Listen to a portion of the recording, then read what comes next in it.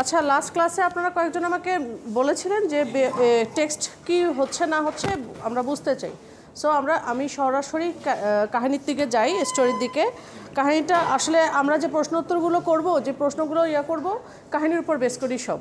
ওকে, মূল গল্পটা আমরা জানলেই পানির মতো সহজ, অন্তত আপনারা লিখতে পারবেন আশা করি। সো সেটাই এখন যাচ্ছি আমরা। মূল ক্যারেক্টার হলো বেওলফ। আমি এটাই বলছি, মানে কাহিনীটা কীভাবে শুরু হয় একটু বলছি। ডেন বা শিল্ডিং নামে একটা জায়গা, কাল্পনিক একটা জায়গা, অনেকটা ডেনমার্কের আশেপাশে।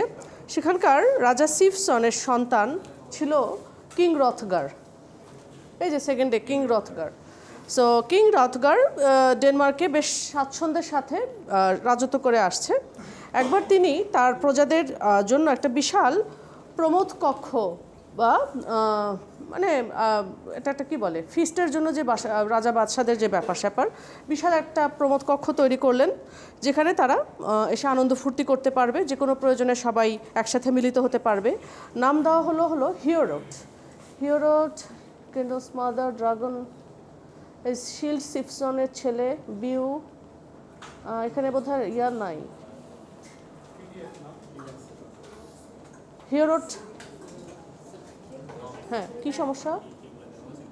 হাইড, উইগল্যাফ, ইকথিউ, কিং রেথেল ব্রেকা, আদার ফিগার্স মেনশন। আচ্ছা, এখানে নাই। হিওরোট জায়গাটার নাম।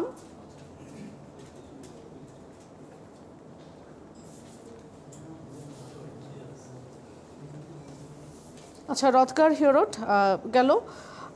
এখানে সাধারণত যুদ্ধ শেষে সৈনিকরা মিলিত হতো, বিজয় উদযাপন করত, রাজা রথগারের থেকে পুরস্কার গ্রহণ করত। তারপরে বিভিন্ন ধরনের গান টান, গল্প কবিতা, ভার এবং চারণ কবিদের মাধ্যমে এগুলো কাজে ব্যবহার করা হতো। বোঝা যাচ্ছে কোনো ধরনের একটা অডিটোরিয়ামের মতো এখনকার দিনের। তো কিন্তু তাদের এই আনন্দের ধ্বনি একজনের মধ্যে সৃষ্টি করেছিল খুব অন্তর্জ্বালা। সে ছিল এক ভয়ঙ্কর দানবের নাম ছিল গ্রেন্ডেল। আমরা ছবিও দেখেছিলাম লাস্ট ক্লাসে। সে এই হিওরোটের অদূরে এক জলাভূমিতে একটা গুহার মধ্যে বসবাস করত। তার এই মানে একদিন রাতে সে হিওরোটে আক্রমণ করলো, হত্যা করলো অনেক লোকজনকে, কয়েকজনকে ধরে নিয়ে গেল তার গুহায়। সেখানে মৃতদেরকে ছিঁড়ে খুঁড়ে খেয়ে ফেললো। দৈত্য দানব, মানে সুপার ন্যাচারাল এলিমেন্ট, বলেছিলাম বেওলফের এলিমেন্ট থাকবে। তো সেদিন রাতে সেখানে রাজা রথগার উপস্থিত ছিল, কিং রথগার, এবং তার স্ত্রী ওয়েলফিউ, রথগারের ওয়াইফ ছিল।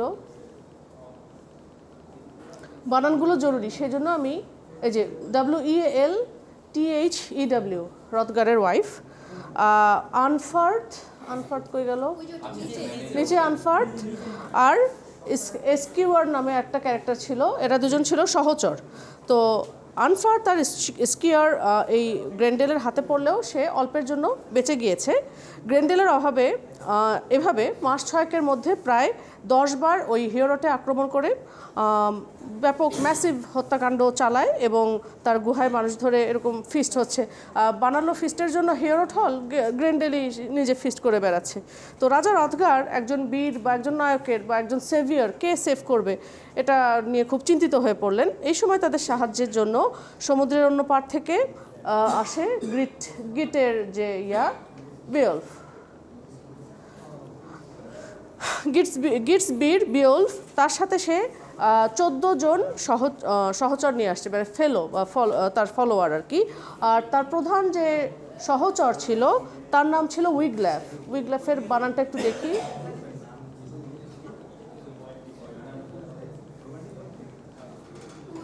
উইলথিউ, আনফার্ট,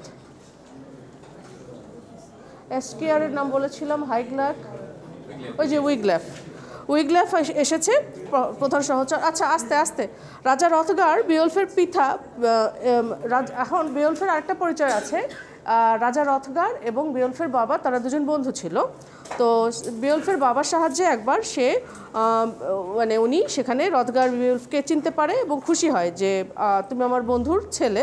বলতে থাকে বেওলফ নিশ্চয়ই পারবে গ্রেন্ডেলকে হত্যা করতে, তার বিশ্বাস ছিল, এবং প্রজাদের এই অনিষ্ট থেকে উদ্ধার করবে। তো তো রথগার তখন বেওলফের সম্মানে একটা ফিস্ট বা ভোজের আয়োজন করে। এই সময় দেখা যায় যে রাজা রথগারের স্ত্রী বেওলফকে ভালোই মেহমানদারি করছিল, কারণ সে একটু আকর্ষণ অনুভব করে বেওলফের প্রতি, যেহেতু সে সৈন্য মানুষ, হয়তো চেহারা সুরত ভালো ছিল, স্বাস্থ্য টাস্থ্য ভালো।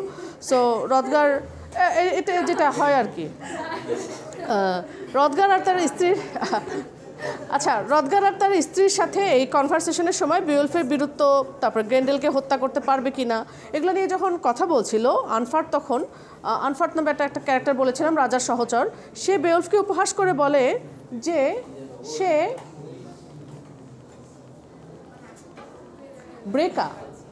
ব্রেকা দেখেন, ব্রেকা নামে এক লোকের কাছে বেওলফ নাকি একবার সাঁতার প্রতিযোগিতায় হেরে যায়, তো সে কিভাবে গ্রেন্ডেলকে হত্যা করবে। সো বেওলফের সাহস নিয়ে সে কোশ্চেন করে ফেলেছে আর কি। তো বেওলফও কম যায় না, সে হেরেছিল একটা ঘটনার কারণে, সেটাও সে শুনিয়ে দিয়েছে।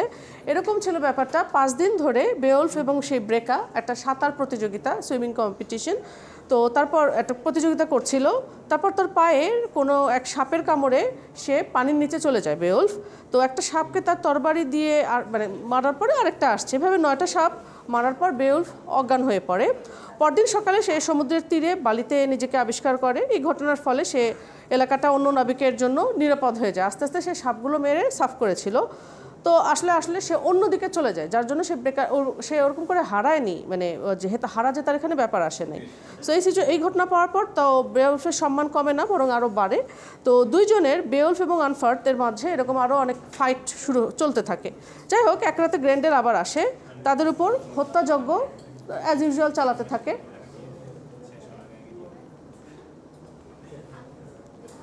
হত্যাযজ্ঞ চালাতে থাকে। বেওলফের একজন সাথীকেও হত্যা করে ফেলেছে সে। বেওলফ আগেই জেনেছিল কোনো অস্ত্র দিয়ে আঘাত করে গ্রেন্ডেলকে হত্যা করা যাবে না, কারণ সে নিজের হাতেই তাকে হত্যা করবে, এরকম সিদ্ধান্ত নিল। তার হাতে ছিল প্রায় 30 জনের মতো বীরপুরুষ, সম্মান মানে 30 জনের সমান শক্তি। বেওলফ গ্রেন্ডেলের একটি হাত ছিঁড়ে ফেলে মারামারিতে। তো তার সাথে না পেরে, আস্তে পিছনে কথা হচ্ছে, কাহিনীটা শেষ করি। তার সাথে না পেরে আহত গ্রেন্ডেল এক হাত ছাড়াই জলাভূমির দিকে পালিয়ে যায়, সেখানেই গ্রেন্ডেল মারা গেল। তো রাজা রথগার তো খুব খুশি, হিয়রত হাতটা সে ওই ভোজনালয় যে হিয়রটের ওখানে টানিয়ে দিয়ে ঝুলিয়ে দিয়েছে। আনন্দে রথগার বেওলফকে অনেক সোনাদানা এবং অন্যান্য পুরস্কার দেয়। তার সম্মানে রাতে ভোজের আয়োজন করা হয়। কিন্তু বিপদের এখানেই শেষ ছিল না, তাদের জন্য আরও এক বিপদ অপেক্ষা করছিল। গ্রেন্ডেলের মা আর এক পিশাচ, সে একজন উইচ বা ডাইনি বা পিশাচিনী ছিল, যে নারীর রূপ ধরে থাকতো, বয়স্ক মহিলা বা মেয়েদের, অল্প বয়সী মেয়েদের রূপ ধরে থাকতো। তো সে ছিল গ্রেন্ডেলস মাদার।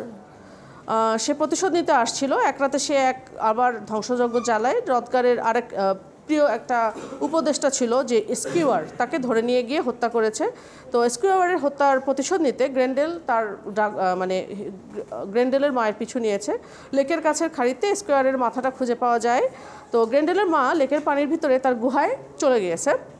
বেওলফ আনফার্টের কাছ থেকে রান্টিং নামে একটা তরবারি, শিলসিপসন, বেওলফ, আনফার্ট, হাইগ্ল্যাফ, হিড, উইগ্ল্যাফ,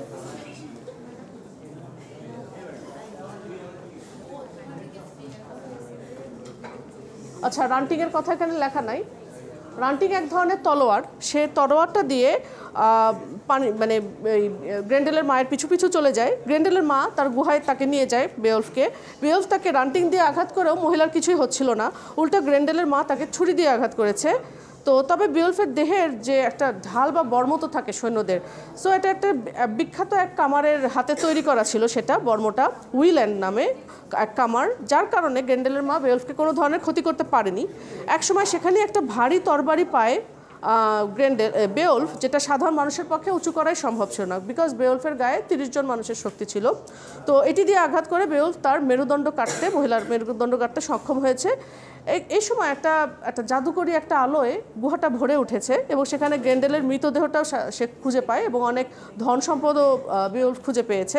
সে গ্রেন্ডেলের মাথাটা কেটে ফেলে। এই সময় জাদুকরী তরবারিটি সহ হাতল ছাড়া সব পুরোটা গলে গিয়েছে, ওই যে তরবারটা ছাড়া।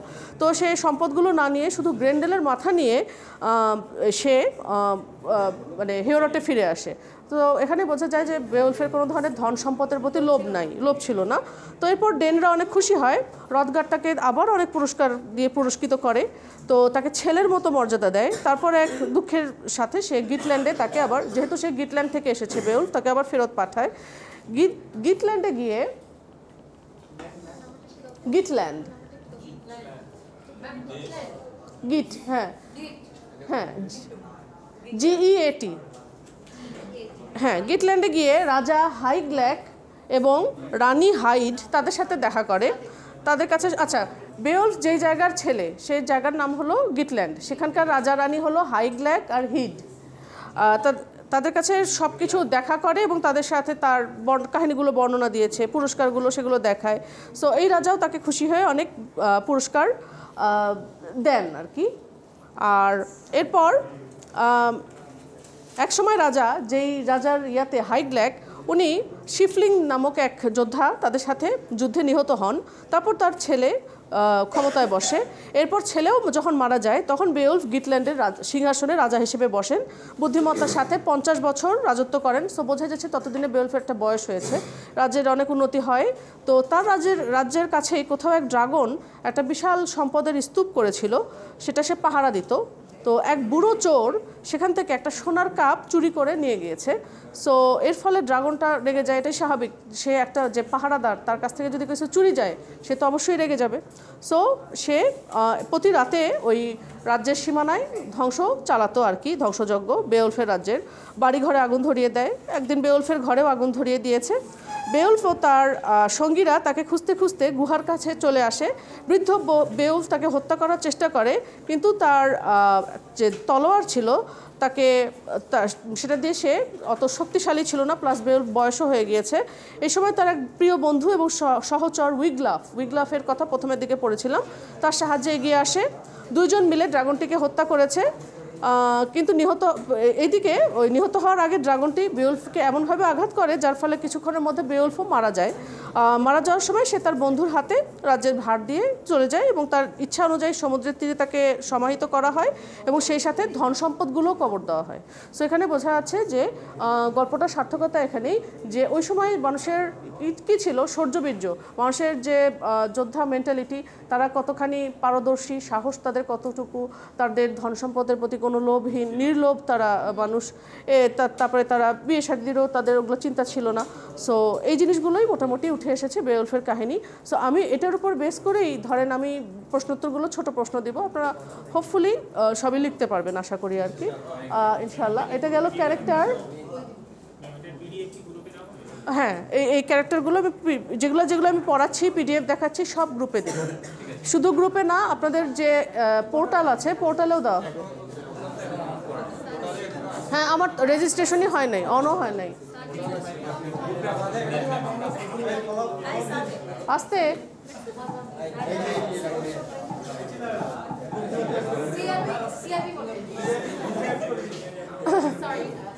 আচ্ছা, এই রিলেটেড আর কিছু জিনিস বলি। আচ্ছা, বেওলফ তো কাহিনী বললাম, এরপরে আর কিছু জিনিস বলছি। আচ্ছা, এখন কি বোঝার সুবিধা হয়েছে, আইডিয়া হয়েছে কি পড়াতে যাচ্ছি?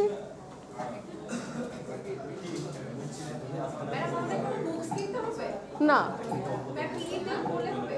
হ্যাঁ হ্যাঁ হ্যাঁ হ্যাঁ, না এটা একদিন দেখিয়েছিলাম, এটা ইয়া ছিল না, এগুলোর দরকার নাই, আমি জাস্ট কাহিনীর জন্য বলছি। এখানে দুটো জিনিস বলি। এই সময় যে আর্টিফ্যাক্টসগুলো একটু দেখেন, একটু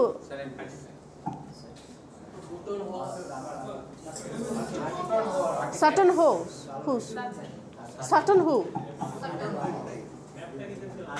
সি দেখেন, ওই সময়কার আর্টিফ্যাক্টগুলো দেখেন। হ্যাঁ হ্যাঁ, আসেন। কোনো অ্যানাউন্সমেন্ট আছে? হ্যাঁ হ্যাঁ, আসেন, সমস্যা নেই। আচ্ছা, ইয়াটা একটু পজ দিয়ে দেন, ভিডিওটা একটু পজ করে দেন।